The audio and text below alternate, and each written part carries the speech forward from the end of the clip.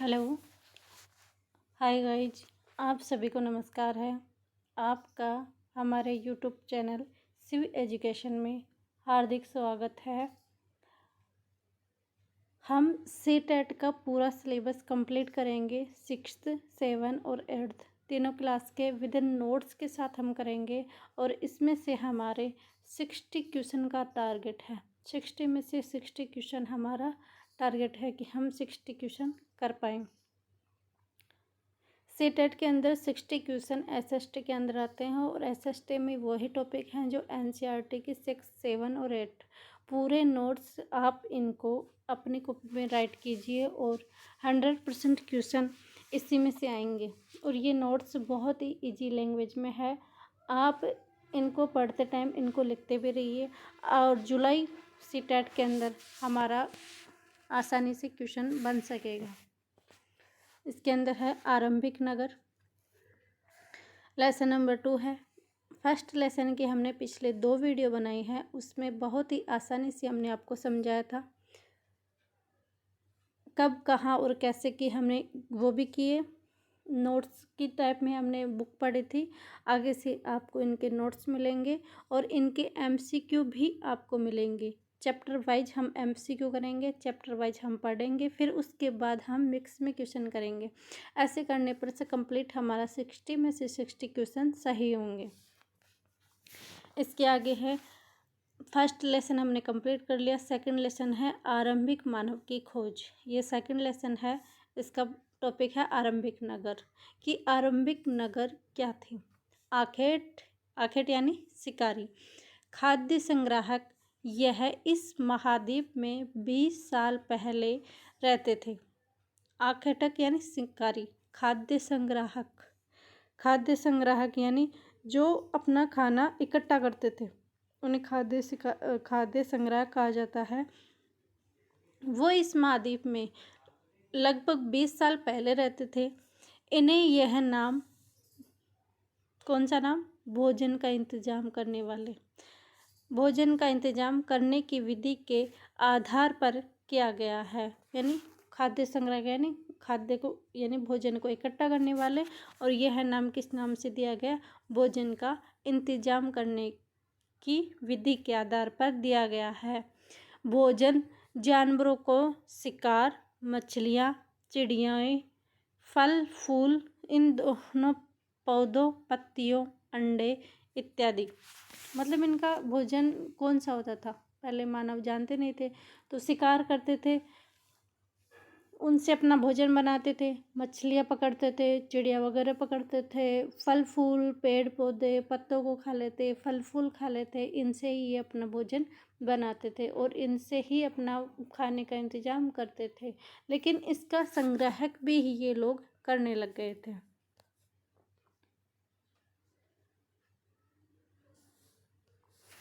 ये एक स्थान से दूसरे स्थान पर जाने के कारण, कि क्या कारण था कि ये लोग एक स्थान से दूसरे स्थान पर जा रहे थे? भाई ये हम एक स्थान से दूसरे स्थान पर जाएंगे तो कुछ ना कुछ तो वजह होगी कि हम ये वाली चीज़ हमें उपलब्ध नहीं हो पाई, इसलिए हम दूसरी जगह पर गए। जैसे आज रोज़गार नहीं मिलता तो रोज़गार के लिए बड़े बड़े शहरों में जाते हैं, उसी प्रकार ये लोग एक स्थान से दूसरे स्थान पर जाते थे। उसका कारण क्या है? भोजन की तलाश में। ये पहला कारण है। ये लोग भोजन की तलाश में एक स्थान से दूसरे स्थान पर इन्हें जाना पड़ता था। फिर ये दूसरा है, चारा की तलाश में या जानवर का शिकार करते थे। एक स्थान से दूसरे स्थान पर अलग अलग मौसम में, फल की तलाश में, पानी की तलाश में और काम की तलाश में। ये पहला कारण क्या था कि ये भोजन की तलाश में भी जाते थे। दूसरा कारण क्या था? ये जानवरों का शिकार भी किया करते थे, तब एक स्थान से दूसरे स्थान पर जाते थे। तीसरा कारण क्या है? कि मौसम में, फल की तलाश में और पानी की तलाश में, क्योंकि काफ़ी मतलब कि झरने, नदियाँ ऐसी होती थी जो मौसमी होती थी, जिनमें हमेशा पानी होता था, और कुछ ऐसे होती थी कि एक बार उसके अंदर बारिश के टाइम पानी आया, उसके बाद सूख गई, तो उन्हें पानी की समस्या होती थी। तो पानी की समस्या को दूर करने के लिए ये लोग एक स्थान से दूसरे स्थान पर जाते थे।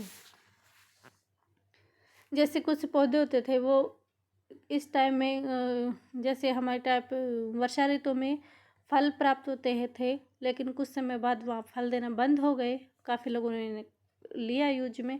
उसके बाद इनको और चाहिए थे, तो ये दूसरी जगह जहाँ मौसम परिवर्तन हो गया, जहाँ इनको मिले वहाँ पर चले गए, इसलिए इनको एक स्थान से दूसरे स्थान पर जाना पड़ता था।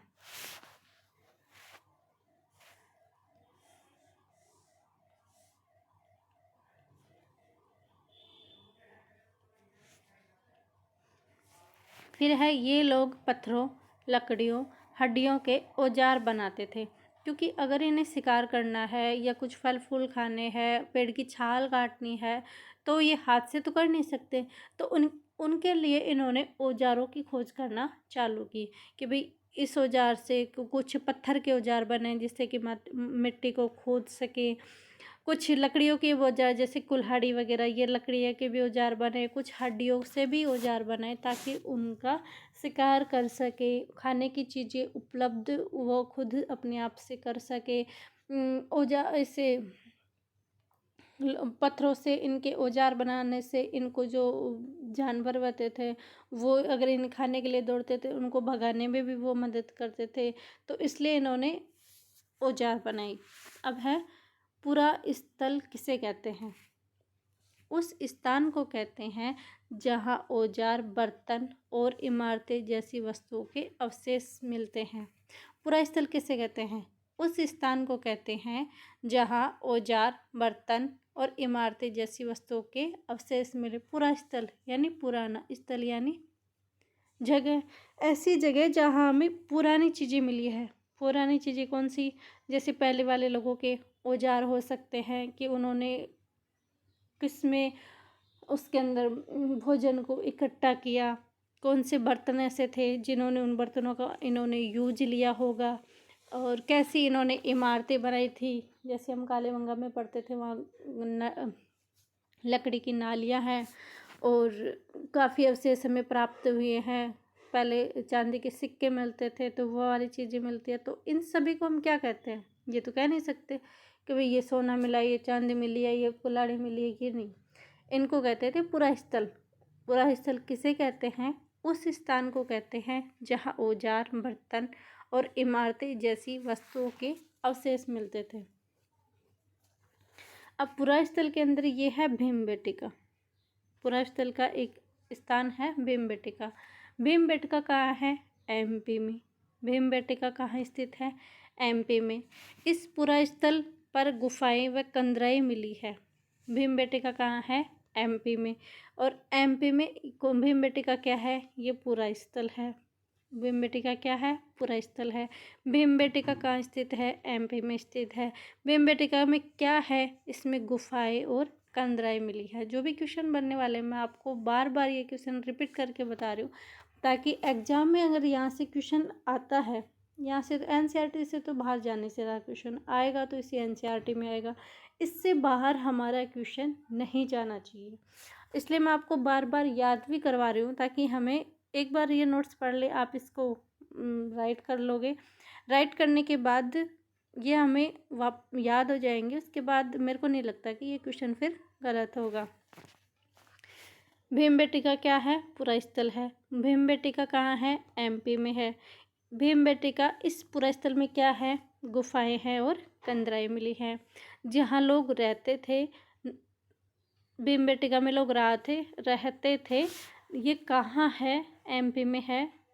क्या है? पुरा स्थल है। और ये क्या है? गुफाएं और कंदराई हमें यहाँ पे देखने को मिलती है। और कौन सी नदी के पास स्थित है? तो नर्मदा घाटी के पास यह स्थित है। ये हमारी भीमबेटका हो गया।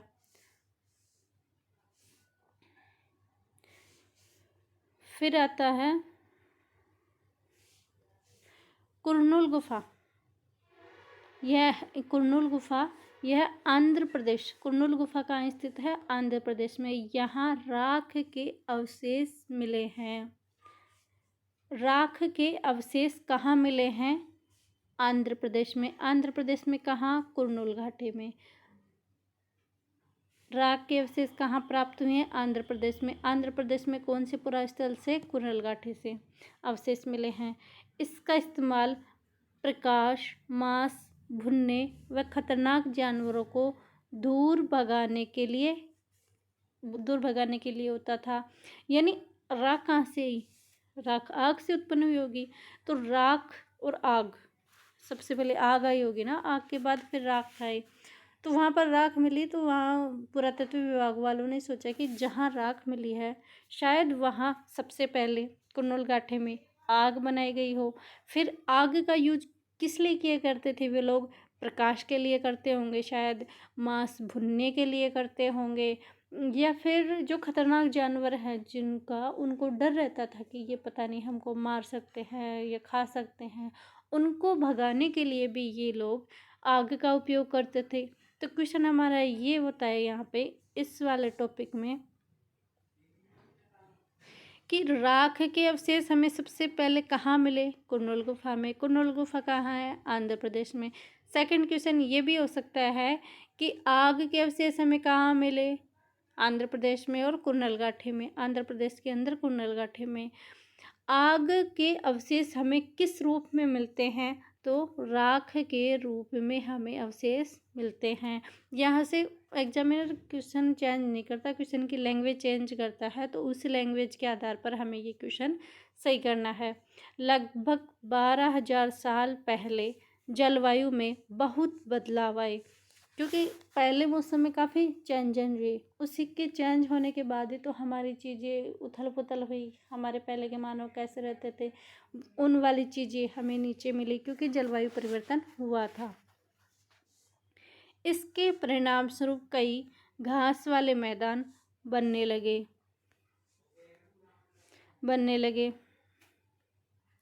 इसके परिणाम स्वरूप कई घास वाले मैदान बनने लगे और हिरण, बारहसिंगा, क्योंकि जलवायु परिवर्तन होने से मैदान बने। फिर मैदान बने, वहाँ पानी की जलवाष्प से पानी के जैसे हुआ तो वहाँ घास उत्पन्न हुई। जैसे घास उत्पन्न हुई तो घास को जो जानवर खाते हैं, जाहिर सी बात है जहाँ घास होगी वो उनका खाद्य सामग्री होगा। तो जहाँ घास उन्होंने खाई है तो वो जानवर वहाँ पे आएंगे। तो हिरण, बारहसिंगा जैसे जानवर वहाँ पर उन्हें आए।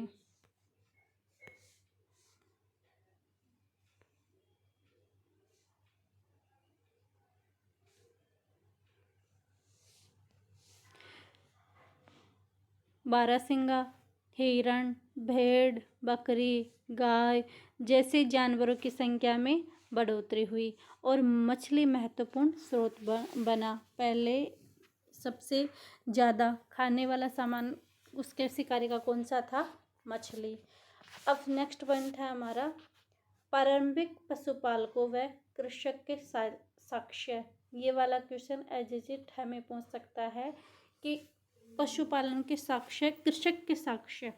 पहले पशुपालन, क्योंकि जहाँ कृषक होगा वहाँ कृषक होगी, वहाँ पर जैसे वो कृषक की बढ़ाएंगे उसके साथ ही वो पशुपालन भी बढ़ाएंगे। तो ये वह पशुपालन और कृषक के साक्ष्य हमें कहाँ मिला? ये वाली चीज़ें मोस्ट, क्योंकि ये क्वेश्चन में एग्जाम में क्वेश्चन आएगा 100% ये क्वेश्चन आएगा, क्योंकि इनका ये तो मिलान करवा लेगा या फिर इनका पूछेगा ये कहाँ है, एक ये भी देगा इसके क्वेश्चन। और सीटेट क्या है, अपनी लैंग्वेज बढ़ा कर देता है, ना कि वन लाइनर में वो क्वेश्चन कभी भी नहीं पूछता। तो ये वाली चीज़ें वो जरूर पूछ सकता है। तो प्रारंभिक पशुपालन और कृषक के साक्ष्य। बुर्जोम कहाँ है? कश्मीर में। जहाँ बुर्जोम कहाँ है? कश्मीर में। मेहरगढ़ कहाँ है? पाकिस्तान में। चिरानंद कहाँ है? बिहार में। कोलिंडवा कहाँ है? एमपी में। दाऊजली कहाँ है? असम में। वापस से करना, बुर्जोम कहाँ है? कश्मीर में है। बुर्जोम कहाँ है? कश्मीर में। यहाँ पर हमें जो आजकल जो चल रही है, जो हम नीचे बनाते हैं मकान, वैसे गर्तवास वाले मकान वो यहाँ में बुर्जोम को हमें देखने को मिलते हैं कि बुर्जोम कहाँ है? कश्मीर में।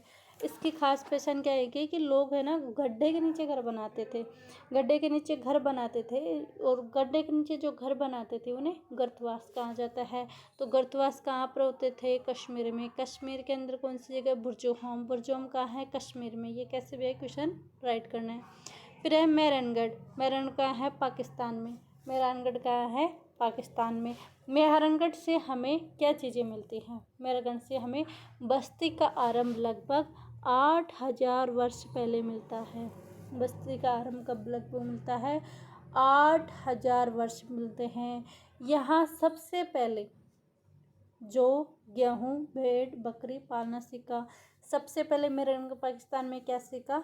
जो गेहूँ, भेड़, बकरी पालना इन्होंने सीखा। मेहरगढ़ में क्या है कि कब्रों के साथ लोग सामान भी रखते थे, कब्रों के साथ सामान भी रखते थे। एक क्वेश्चन ये है कि मेहरगढ़ में हमें कब्रों के साथ बकरी के भी अवशेष मिलते हैं। किसके अवशेष मिलते हैं? बकरी के अवशेष मिलते हैं। फिर है चिरानंद बिहार में, कोलेंडवा कहाँ है? एमपी में, और दाऊजली कहाँ है? असम में। बुरजोहम कहाँ है? कश्मीर में। मेहरगढ़ कहाँ है? पाकिस्तान में। चिरानंद कहाँ है? बिहार में। कोलेंडवा कहाँ है? एमपी में। दाऊजली कहाँ है? असम में।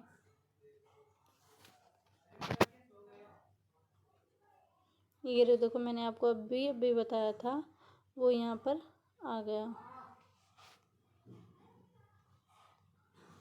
बुरजोहम। कश्मीर में लोग गड्ढे के नीचे घर बनाते थे जिन्हें गर्तवास कहा जाता है। बुरजोहम क्या है? कश्मीर में लोग गड्ढे के नीचे घर बनाते थे जिसे गर्तवास कहा जाता है। बुरजोहम कहाँ है? कश्मीर में। इसमें क्या प्रसिद्ध है? लोग गड्ढे के नीचे घर बनाते थे। फिर है मेहरानगढ़। मेहरानगढ़ कहाँ है? पाकिस्तान में। मेहरानगढ़ में बस्ती का आरंभ लगभग 8,000 साल पहले यह स्थान ईरान जाने वाले रास्ते में महत्वपूर्ण था। मेहरगढ़ में बस्ती का आरंभ 8,000 साल पहले यह स्थान ईरान जाने वाले रास्ते में महत्वपूर्ण था, कि ईरान जो जाता था उनके रास्ते में मेहरानगढ़ आता था। यह दर्रे के पास एक हरा भरा समतल स्थान है। इस इलाके में सबसे पहले जो गेहूँ, भेड़, बकरी पालना सीखा। क्वेश्चन यहीं से बनता है कि सबसे पहले पशुपालन या जो गेहूँ सबसे पहले कहाँ हुआ था? मेहरानगढ़ में। और जो और गेहूँ कौन सी पहाड़ियाँ से हुई थी? किरथर और सुलेमान की पहाड़ियों से। ये हमने पिछले चैप्टर में पढ़ा था, जिन्होंने नहीं देखा वो उस चैप्टर को पढ़े। और चैप्टर वाइज पढ़ने से क्या है कि उससे मिलता जुलता आगे बढ़ाते रहते हैं, इससे हमारे अच्छे से समझ में आता है। और हम पहला चैप्टर पढ़ते नहीं, सेकंड में गए, सेकंड से फोर्थ में गए, तो इससे क्या है क्वेश्चन हमारे समझ में नहीं आता, और हम पढ़ते तो हैं लेकिन छोड़ छोड़ के पढ़ने से हमारे क्वेश्चन भी छोड़ते हैं। तो ये वाला क्वेश्चन अगर पूछे कि जौ और गेहूं के सबसे पहले अवशेष किस पूरा स्थल पर पहुंचा, तो हमारा आंसर होगा मेहरानगढ़। अगर ये वाला क्वेश्चन घुमा के दे दे कि जौ और गेहूं कौन सी पहाड़ियों में उगाए गए थे, तो वो होगा सुलेमान और किरथर की पहाड़ियों में।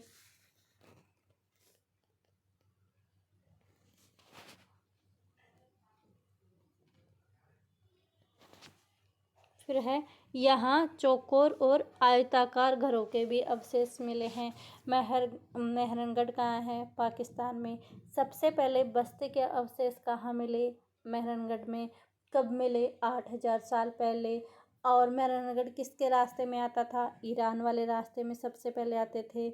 और सबसे पहले जौ और गेहूँ कहाँ उगाए गए? मेहरानगढ़ में उपजाए गए। और यहाँ पर घरों के अवशेष कैसे मिलते हैं? चौकोर और आयताकार अवशेष मिलते हैं। मेहरानगढ़ में कब्रों के साथ सामान भी रखे जाते थे। यहाँ पर कब्रों के साथ सामान भी रखते थे। एक कब्र में मानव के साथ एक बकरी भी दफनाई गई। मेहरानगढ़ जहाँ कपड़ों के साथ सामान भी रखे जाते थे, और उसके साथ वहाँ पर बकरी भी दफनाई गई। तो ये बकरी भी दफनाई गई, इससे यह पता लगाया जा सकता है कि शायद वहाँ के लोग पालतू जानवर और पशुपालन भी करते थे। तभी तो बोला कि सबसे पहले पशुपालन का हुआ मेहरानगढ़ में। कैसे पता चला कि यहाँ पर उन्होंने जब कब्र देखी तो उसके साथ बकरी भी दफनाई गई थी। ये है पुरापाषाण काल। पुरा यानी प्राचीन, पाषाण यानी पत्थर, पुराधन पाषाण पुराने पत्थर। इन्हें 3 भागों में बांट सकते हैं। कौन कौन से? इन्हें 3 भागों में बांट सकते हैं, पुरापाषाण काल, मध्यपाषाण काल और नवपाषाण काल। कौन कौन से? पुरापाषाण काल, मध्यपाषाण काल और नवपाषाण काल। पुरापाषाण काल होगा 20 लाख से 12,000। आरंभिक काल कौन से काल को कहते हैं? पुरापाषाण काल को। मध्यपाषाण काल 12,000 से 10,000 और नवपाषाण होगा 10,000 से साल से अब तक। तो मध्य पुरापाषाण काल आरंभिक काल को क्या कहते हैं? पुरापाषाण काल। और पर्यावरणीय बदलाव सबसे ज़्यादा कौन से काल में हुआ? मध्यकाल में। ये अच्छा क्वेश्चन है, यहाँ देख लेना। पर्यावरणीय बदलाव सबसे पहले कहाँ मिलते हैं? मध्यपाषाण काल में। और अगले युग की शुरुआत नव यानी नया पाषाण काल, अगले युग की शुरुआत हो गई इसमें नवपाषाण काल में।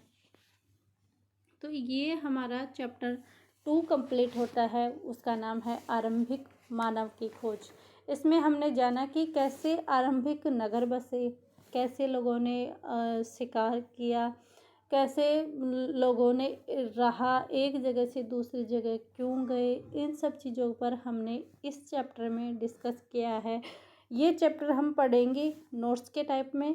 उसके बाद हम MCQ करेंगे, और MCQ पहले चैप्टर वाइज करेंगे। उसके बाद हम CTET के प्रीवियस ईयर के क्वेश्चन भी साथ लेते चलेंगे। जैसे ही हमारी NCERT पूरी कंप्लीट हो जाएगी, उसके बाद हम प्रीवियस ईयर क्वेश्चन लेंगे, चैप्टर वाइज क्वेश्चन करेंगे, और CTET के फिर उसके बाद मिक्स में क्वेश्चन करेंगे। इससे हमारा 60 क्वेश्चन आराम से सही होते हैं। तो आप सभी इस चैनल को शेयर कीजिए, लाइक कीजिए, सब्सक्राइब कीजिए। आपका एक लाइक हमारे लिए बहुत इम्पोर्टेंट होता है, ताकि हम मोटिवेशन हो सके, और इससे ये भी चलता है कि हमें अपने आप में मोटिवेशन मिलता है, ज़्यादा क्लास देने की उत्सुकता बढ़ती है। और जहां आपको कमी महसूस हो वहां हमें कमेंट करके ज़रूर बताएं। जो भी आपको मैटर की आवश्यकता है CTET के अंदर, जो आपके सब्जेक्ट वीक है, उसकी क्लासें भी हम आपको निःशुल्क प्रोवाइड कराएंगे। अब की बार जुलाई 2023 में CTET आपका कंप्लीट होगा। जैसे मैं जो मैटर दे रही हूँ वो मैटर आप कंप्लीटली अच्छे से पढ़ लीजिए, 100% आपका CTET क्लियर हो जाएगा। आप सभी का धन्यवाद। फिर कह रही हूँ कि चैनल को लाइक किए, सब्सक्राइब कीजिए। धन्यवाद।